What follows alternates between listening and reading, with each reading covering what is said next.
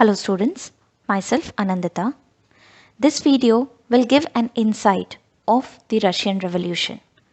The chapter we will be discussing is second chapter of class 9 NCERT history book, and the name of the lesson is Socialism in Europe and the Russian Revolution. Before we get into the details of the lesson, let us know the contents of the lesson. We will be discussing about the society of Europe and Russia, the era of industrialization and the effects of industrialization on Russia, the concept of socialism being introduced in Europe as well as in Russia, the revolution of 1905, the revolution of February and the October Revolution, the Civil War, introduction of concepts such as collectivization and the formation of USSR, ultimately the global influence of the Russian Revolution and the USSR. So let us know about every incident in detail one by one. Previously we discussed about the French Revolution. This French Revolution became an ignition for changes in the European society.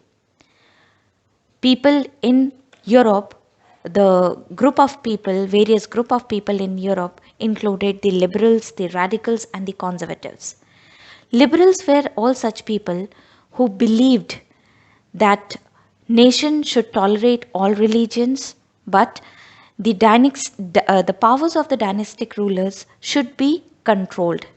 Though they were not democrats, they did not believe in the concept of universal adult franchise, but they argued for an elected parliamentary government, which will be interpreting the laws for the rulers and the officials.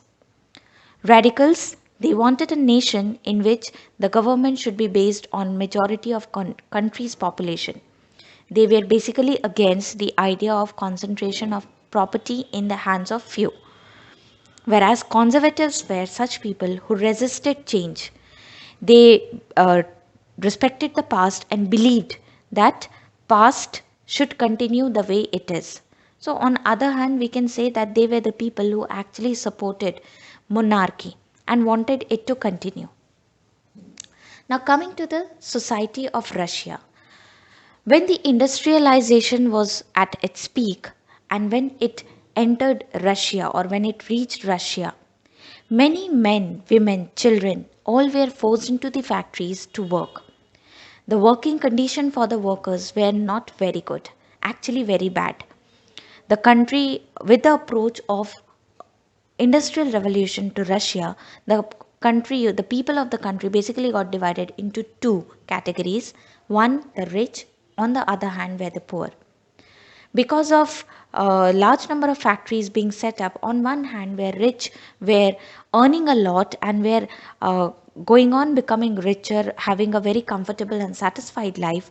On the other hand, workers had a lot of struggle in their lives. They were made to work in the factories for very long hours, mostly 14 to 15 hours. They were paid less. Their living conditions were very bad. There were no health or sanitation facilities in the areas where they lived. So, this brought about a lot of struggle in the lives of the workers. Such struggle of the people were criticized by the socialists.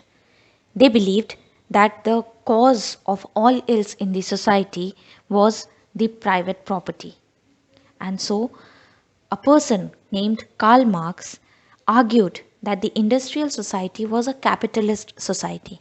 That means the rich or the owners of the factories and industries were the ones who held all property with them.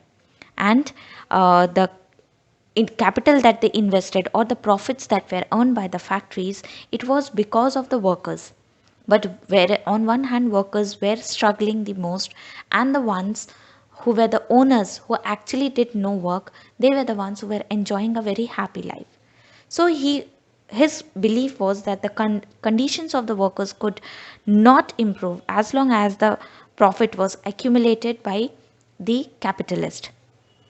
Thus, he wanted the workers to free themselves from capitalist exploitation and thus work to construct a socialist society, means a society that is equal for everyone. And Marx explained that a society which will be equal for everyone, that can then be termed as a communist society. This idea of socialism of Karl Marx was supported by many other socialists or leaders such as Robert Owen, Louis Blanc, Frederick Engels. Many organizations too were functional in Europe that were working in favor of socialism or that were functional to spread the concept of socialism to different parts of Europe. Like the Second International was one such organization. Other than that, the Social Democratic Party that was functional in Germany, the Labour Party in Britain, and the Socialist Party in France. All these worked in support of socialism, or they worked to spread the concept of socialism to different parts of the world. With such a structure of the society, what events came up which brought about change in Russia, we will be discussing in the next videos. So stay tuned, and to know more, watch and listen the next videos.